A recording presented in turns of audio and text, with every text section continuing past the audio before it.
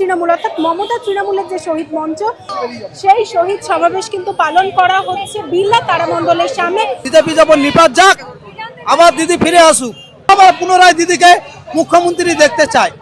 তৃণমূলের গাদ্দারদের মুখে জল মারা হয়েছে। ঋতব্রত বালিশ চাটাকে জুতোর বাড়ি মারতে হবে। মমতা ব্যানার্জি জিন্দাবাদ। নমস্কার, আপনারা দেখছেন বিসিএন নেটওয়ার্ক। আপনাদের সঙ্গে সরাসরি এই মুহূর্তে আমি রয়েছি প্রিয়াশ্রী। আজকে তৃণমূলের শহীদ সমাবেশ, আমি দাঁড়িয়ে রয়েছি একেবারে যে শহীদ মঞ্চ কালীঘাট তৃণমূল অর্থাৎ মমতা তৃণমূলের যে শহীদ মঞ্চ সেই শহীদ মঞ্চের ঠিক সামনে দেখানোর চেষ্টা করব যে প্রচুর কর্মী সমর্থক দূর দূরান্ত থেকে এসছেন এবং ভিড় জমিয়েছেন। বহু দূর দূরান্ত থেকে মানুষ আসছেন এবং এই মমতার যে কার্যত যে শহীদ সমাবেশ, মমতা বন্দ্যোপাধ্যায়ের যে স্বপ্নের শহীদ সমাবেশ, সেই শহীদ সমাবেশ কিন্তু একেবারে অন্যরকম। এইবার তৃণমূলের চিত্রটা সম্পূর্ণ আলাদা। এইবার কিন্তু তৃণমূল দু ভাগে বিভক্ত হয়ে গেছেন। একদিকে আপনারা সবাই জানেন যে একদিকে সমাবেশ করছে মমতা তৃণমূল, পাশাপাশি মেয়র রোডে শহীদ সমাবেশ করছে ঋতব্রতপন্থী তৃণমূল। কিন্তু অন্যান্য বাড়ির চেয়েও এবারেও কিন্তু মমতার যে শহীদ সমাবেশ সেখানে কিন্তু মানুষের ঢল একেবারে উপচে পড়ছে। কর্মী সমর্থকদের যে তারা যে উপচে, তাদের যে ভিড়, যে জনসমাগম মমতার যে সমাবেশে লক্ষ্য করা যাচ্ছে সেটাই দেখানোর চেষ্টা করব। প্রচুর কর্মী সমর্থক দূর দূরান্ত থেকে প্রতিবারের মতোই এসেছে।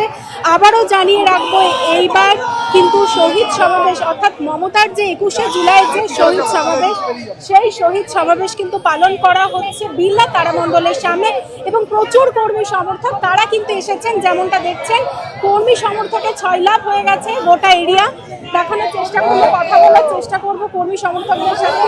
তাদের যে উচ্ছ্বাস সেই উচ্ছ্বাস কিন্তু চোখে পড়ার মতো।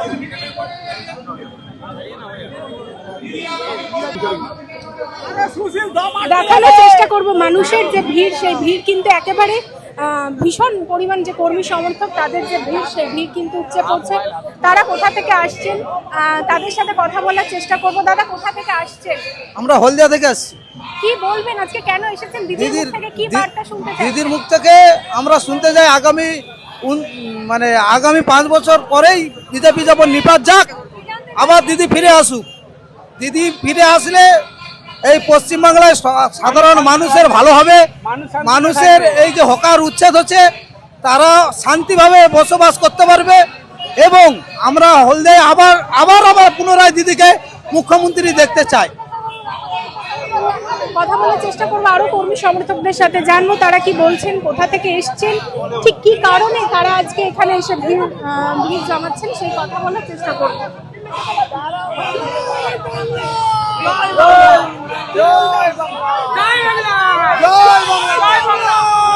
কোথা থেকে আসছেন, কি বলবেন?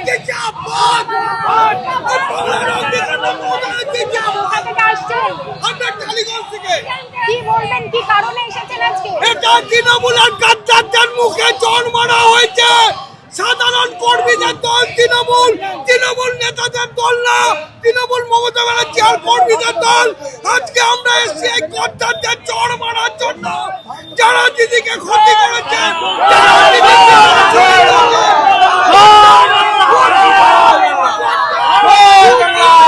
জয় বাংলা।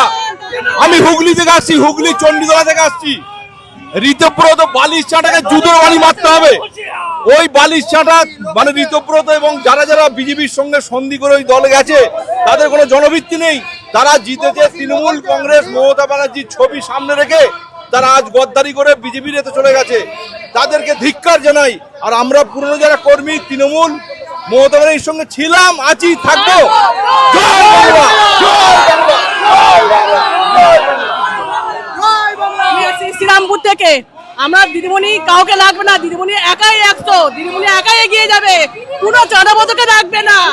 মমতা ব্যানার্জি জিন্দাবাদ, মমতা ব্যানার্জি জিন্দাবাদ। সমর্থকরা যেমনটা বলছেন, এবার কিন্তু কর্মী সমর্থকদের ভিড় উপচে পড়ছে মমতার এই সমাবেশে।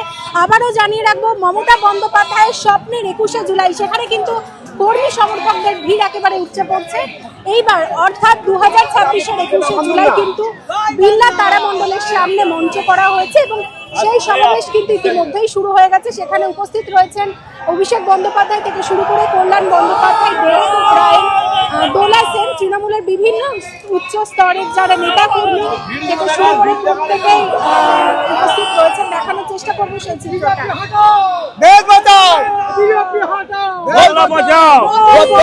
জয় বাংলা।